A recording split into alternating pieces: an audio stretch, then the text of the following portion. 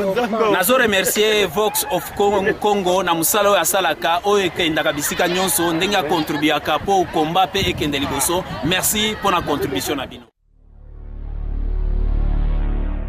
VoxofCongo.net, news en real time. Partout, est-ce qu'il y a des combattants, des résistants que vous allez. En tout cas, merci dans Moussala, vous continuez toujours. Mais la victoire est certaine. Donc, une fois de plus, nous avons Awa, en Afrique du Sud, na Djoubek. Ici, quand ils allaient, Bongo, Nabandeko, on va se représenter. Oyo, Toyebi, Bissonio surtout. Tozana bango awa to beta mo masolo muke ya combat to beta mo masolo muke ba Afrique du Sud yoki il paraît monsieur Roger Lumbala azali awa to yeba bango davantage na bande ko ba combattant azali awa et puis Nicolo to mo non activité à combat eza un peu netika ka to yebite na Afrique du Sud qu'est-ce qui se passe exactement to solango na ba ndeko awa bande ko ba congolais na pays ba politiciens ya majorité présidentielle bazana likanisi ya ko revoir constitution pour na ba triplé mandat ya moto na bango. Tu as aussi analyse na bandeko to solana bango pe simbote na ba site nyo surtout bandeko no to ba combat pe simbote na bandeko no surtout ba Boketu premier ba Jano Kabuya na Voice of Congo bandeko nyo surtout boza à travers le monde entier na lutte oyo to pe simbote na bandeko no surtout ya pareko esika bozali boza rolanda biso. En tout cas une fois de plus merci de kotimba la moko na vifia sujet na biso ndeko bakafeli tozali bongo awa na parke esika bongo tomesana kokutana mingi mpona bareunion bamasolo ya mike mikolo toza komona on dirait na Djobura plus précisément neti kaka activité pene eza te ya koma exactement bolali ou bien moi base na César. Merci beaucoup Maître Voli po nyonso tulinga na lobo tolalaka te biso olalaka pongi te nde toza ya kotelema toujours tolu kane misala ba pesa so misala oya lingi ba pesa so misala ayela biso musala to kosala ayela so musala to kosala to la lité to za so otala to la mukaler nyoso le de so pe to la laka mais sibilo ka ke to la lité oya ko ya ko tumbola o mena na oseka etali bibi sans tout oublier que nanga sabino que Kabila Kanambe yo na ba député na yo constitution lingo changer constitution mbokani constitution Rwanda. Alors boza maele te de la comprendre bino boza maele te. Alors il faut pas même yo na mo considérer Kabila na ba député na onyo surtout ba même bino na CNPP o benga centre nero iskoni ni pathologie ba même bino kuna CNPP po batala mituna bino yo changer constitution na de le changer constitution yo kana Kagame na Rwanda yo za Rwanda to yebi que yo zali déjà partant vous allez partant dans l'élection en 2016. Donc, il y a un faut dire le peuple congolais. Pour dire le peuple congolais, l'élection peut être comme méga comme ça. Donc, nous avons une chance. Ce que tu as dit, Babiso Zomonoko, tu es là en 2016. Tu es là, tu es en live. Pour moi, la TV, so bako sakayo, mais on est en live. Quand on a biso, et ça rapport à eux. Zongana la mboka na côté où na Rwanda, pour changer la constitution côté wana. Pour toi, tu es au Congo. Est-ce qu'il y a une constitution? Nous avons la Tanzanie, nous avons une constitution. Nous avons une constitution. Nous avons la constitution au Congo. Nous avons la ok, Ndeko Bakafeli, merci beaucoup. Oui, comme Roger Lumbala, Ndeko Bakafeli a anticipé mon cas. Tout par rapport à l'activité à combat, mais c'est vrai que Azan a moins chaleur, il a anticipé. À Képé, la constitution, maintenant, tout le monde a la constitution, assurez-vous comme la constitution. Ndeko Lumumba, question de la Bakafeli, je te renvoie à ma question. L'autre combat, les années qui ont nini ezali loko tokoki ko défendre te ou bien to expliquer ba to telemi to zali boete combat ezali ndenge kombe banda ndebo ezali ti lelo yo to zali en super forme to bundaka na ba forme mibale oyo bato bazomona na oyo tozosala na comme administratif toza makasi na nyonso wana nde omoni Bakafeli alobike soki bolingi bopesa biso musala na d'une autre forme alingi olobake soki bolingi botala biso bomona biso en action boye physiquement bosalaka ke erreur bokomona ndenge topelaka moto administrativement toza encore très fort Dieu de grâce ndenge kombezo évoluer nazokomisa nzambe peza. Ok, merci Ndeko Lumumba na kebongo na Ndeko sans rival na retourne la question oyo Ndeko Bakafeli a anticipé par rapport à l'élection. En 2006, on a vu tout ce qui s'est passé par rapport à l'élection. Il y a eu Jean-Pierre Bembazala qui est vainqueur, mais Victoire Nezala qui volait. Et à Salam Moussala a été, et les lois sont joués dans la Cour pénale internationale. 2011, même scénario Salami, Tshisekedi Etienne, président national de l'UDPS, Azala qui est vainqueur sur le plan. Président République. Président de la République, Azala qui est vainqueur, il y a une élection. Ben, malheureusement, sa victoire a été volée. C'est toujours le même non, ils ont confisqué. Sa victoire a été confisqué. Voilà, volé ou confisqué, peu importe, c'est un jeu de mots, mais du moins, pour le moment, Azala peut nationalité. Alors, Ndeko Sans Rival, Ndeko Pakafeli a fait allusion à l'élection il y a 2016. Par rapport, il y a rétrospective Voto Sali 2006-2011. Est-ce que tu crois vraiment que s'il y aura une élection au pays, et que ça là, de manière juste, pour permettre au peuple, à pour les dirigeants, ou bien que ça aura la même histoire que se répétait en 2006-2011? Et sur le bateau français, qui peut le plus payer le moins? Le moins à Kokiango, le plus pas Kokiango. En 2006, tout le monde a même bêtise, même Bapasaki, a triché l'élection. En 2011, il s'est répété les sous. Alors, en 2016, vous croyez qu'il y aura quelque chose, il y a malam.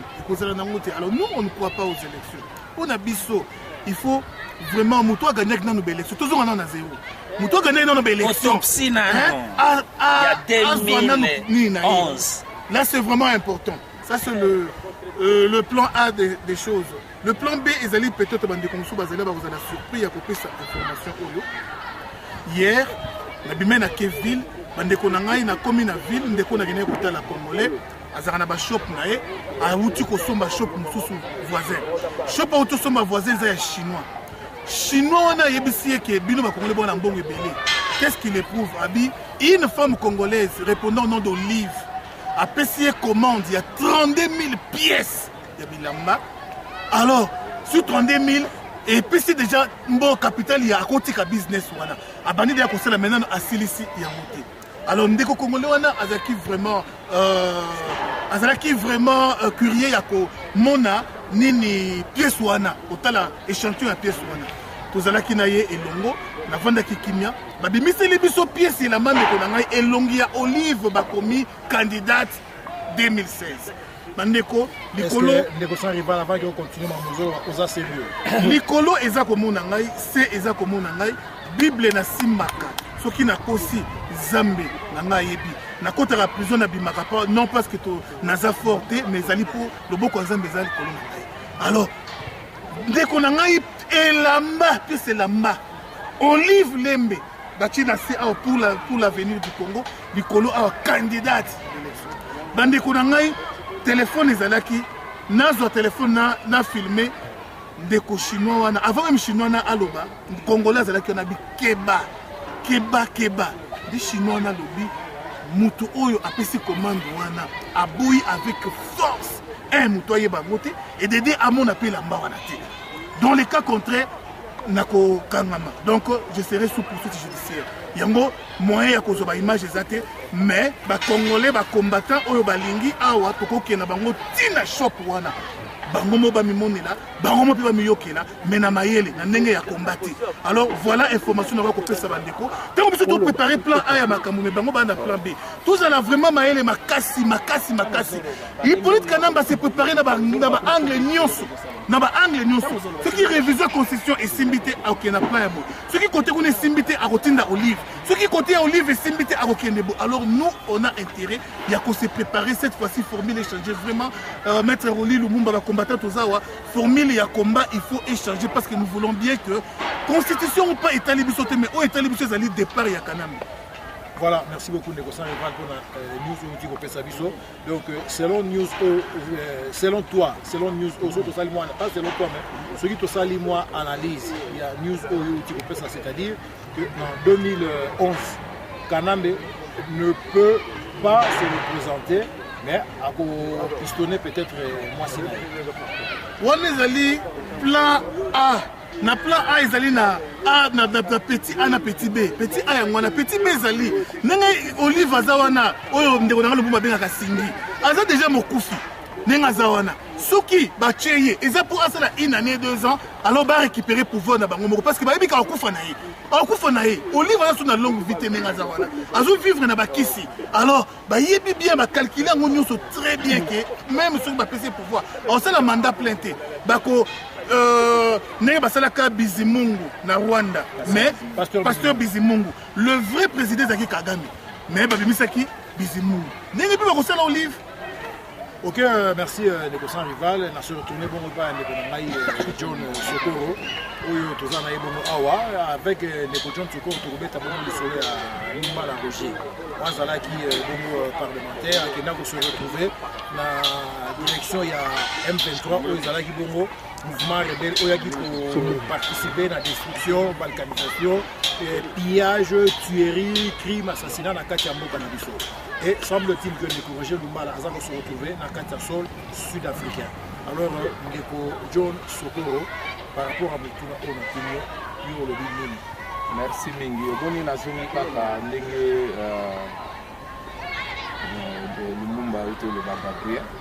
Makambo esama na se moto le bayate ko. Yango wana omoni to signé déjà pétition zali. Pétition zali ezati na police ça y est yango. O bande kuna so bakangama na Pretoria. O 20 personnes au bakanga. Eza bakusela ba makambo ke ba bata M23. OK, président M23 aza awa. Président M23 aza awa. Yango wana zo senga na toyebi ya tutu o basalaki bazali na Roger Lumbala. Toyebi bango nyeso tout.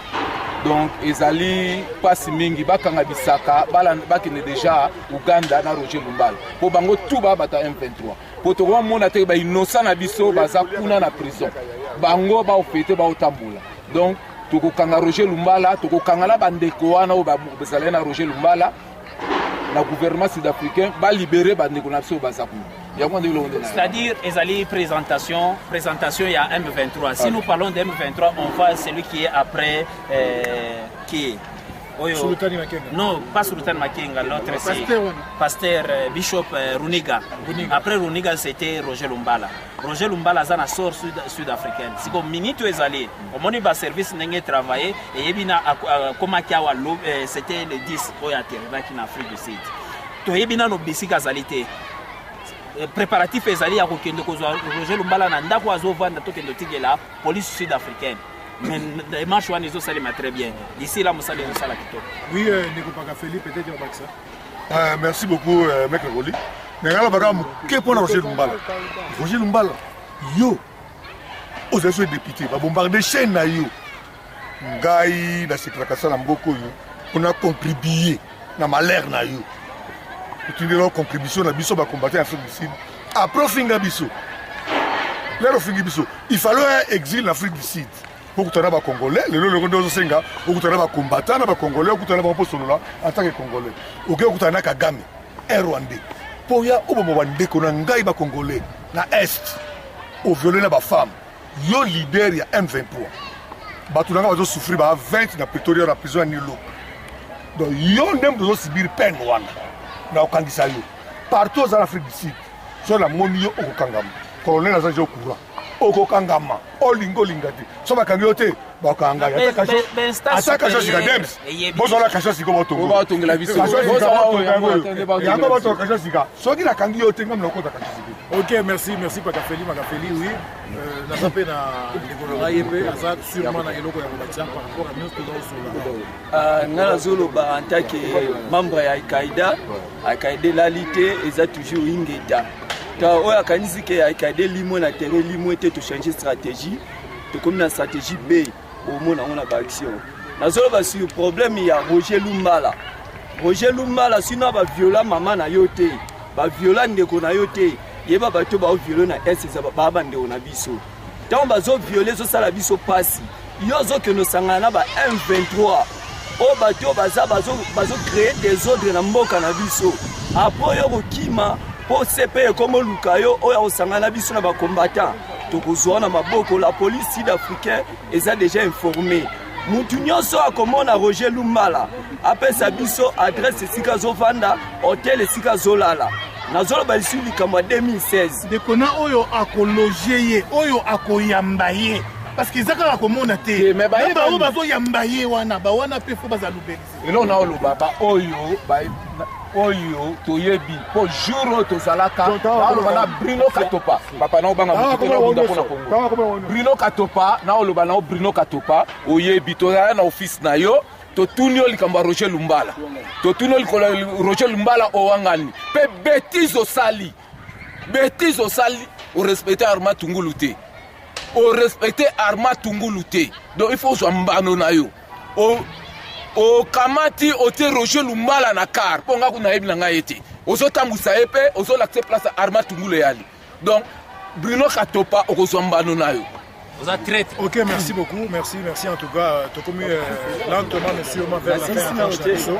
Oui, ça va calmer, lentement mais sûrement tu as commis vers la fin à tranche d'Abisso. Tu as commis dans l'économie Al-Qaïda, assis sa message des Alaki Nango pour oui, problème au tozalango na Congo, toza na crise ya légitimité à pouvoir. Mutu nyonso azo se préparer. Azala comme candidat à 2016 bokata na masolo na bino.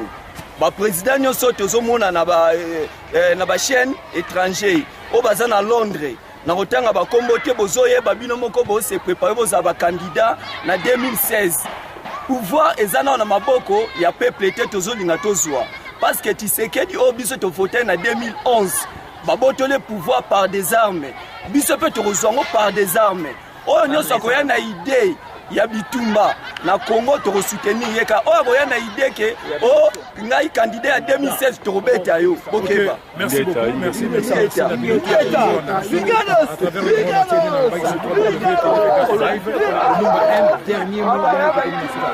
un dernier mot c'est pour vous dire et annoncer moni eloko nyonso caméra zo sala nazo répéter bien sûr Manuel Valls c'est un espagnol né en Espagne.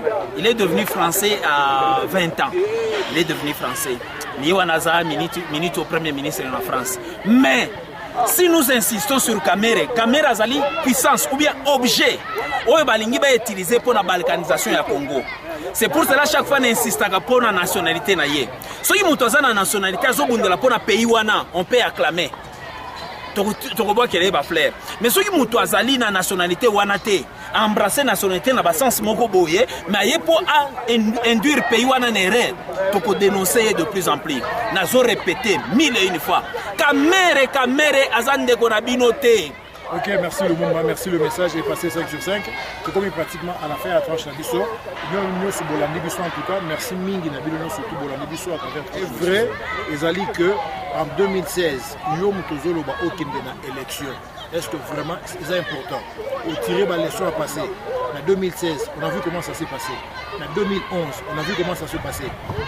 Et ça, on n'a personnellement pas si de voir certaines personnes à travers des émissions à la télévision pour le Bakeno, Naza candidat en 2016. C'est-à-dire, ils ont accompagné Tricherie, donc accepter nous surtout à Mabéwana, ils ont accompagné.